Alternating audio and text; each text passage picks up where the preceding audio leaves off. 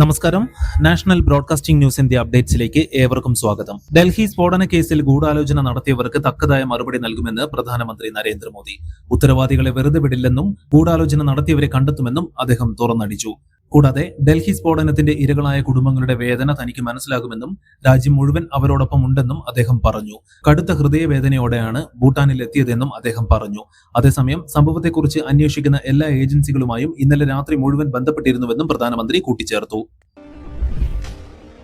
ഉമർ മുഹമ്മദ് ഡൽഹി സ്ഫോടനത്തിന് പിന്നിൽ പ്രവർത്തിക്കുമെന്ന് പ്രതീക്ഷിക്കുന്നില്ലെന്ന് സഹോദരന്റെ ഭാര്യ മുസമില അക്തർ.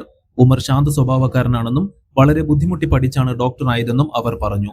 ഉമർ ശാന്ത സ്വഭാവക്കാരനാണ്, അധികം സംസാരിക്കാറില്ല, ഒന്നിലും ഇടപെടാറില്ലെന്നും അധികം സുഹൃത്തുക്കളുമില്ലെന്നും വളരെ ബുദ്ധിമുട്ടി പഠിച്ചാണ് ഡോക്ടറായതെന്നുമാണ് അവർ സൂചിപ്പിച്ചത്. അതേസമയം ഡൽഹി ചെങ്കോട്ടയ്ക്ക് സമീപമുണ്ടായ ചാവേർ സ്ഫോടനത്തിന് പിന്നിൽ പാക് ഭീകര സംഘടന ജെയ്ഷെ മുഹമ്മദ് എന്നാണ് സൂചന. പൊട്ടിത്തെറിച്ച കാർ ഓടിച്ചത് ജെയ്ഷെ ഭീകരൻ ഡോക്ടർ ഉമർ മുഹമ്മദ് എന്നാണ് വിവരം. സംസ്ഥാനത്ത് ഇന്ന് ഒറ്റപ്പെട്ട ശക്തമായ മഴയ്ക്ക് സാധ്യതയെന്ന് മുന്നറിയിപ്പ്. 3 ജില്ലകളിൽ യെല്ലോ അലേർട്ട് പ്രഖ്യാപിച്ചു. തിരുവനന്തപുരം, എറണാകുളം, ഇടുക്കി ജില്ലകളിലായാണ് യെല്ലോ അലേർട്ട് നൽകിയിരിക്കുന്നത്. ഒറ്റപ്പെട്ട ശക്തമായ മഴയ്ക്കാണ് സാധ്യത. കേരള, ലക്ഷദ്വീപ് തീരങ്ങളിൽ മത്സ്യബന്ധനത്തിനും വിലക്കുണ്ട്. അടുത്ത 3 മണിക്കൂറിൽ തിരുവനന്തപുരം, കൊല്ലം, പത്തനംതിട്ട, ആലപ്പുഴ, കോട്ടയം, ഇടുക്കി ജില്ലകളിൽ ഒറ്റപ്പെട്ട ഇടങ്ങളിൽ ഇടിമിന്നലോട് കൂടിയ ഇടത്തരം മഴയ്ക്കും മണിക്കൂറിൽ 40 കിലോമീറ്റർ വരെ വേഗത്തിൽ ശക്തമായ കാറ്റിനും സാധ്യതയുണ്ടെന്നും കേന്ദ്ര കാലാവസ്ഥാ വകുപ്പ് അറിയിച്ചു. തിരുവനന്തപുരം പാലോട് പടക്ക നിർമ്മാണശാലയിലുണ്ടായ പൊട്ടിത്തെറിയിൽ 3 പേർക്ക് പരിക്കേറ്റു. നന്ദിയോട് പേരയം താളിക്കുന്നിലെ ആൻഡ് ഫയർ വർക്സിലാണ് സംഭവം. ഷീബ, അജിത, മഞ്ജു എന്നിവർക്കാണ് പരിക്കേറ്റത്.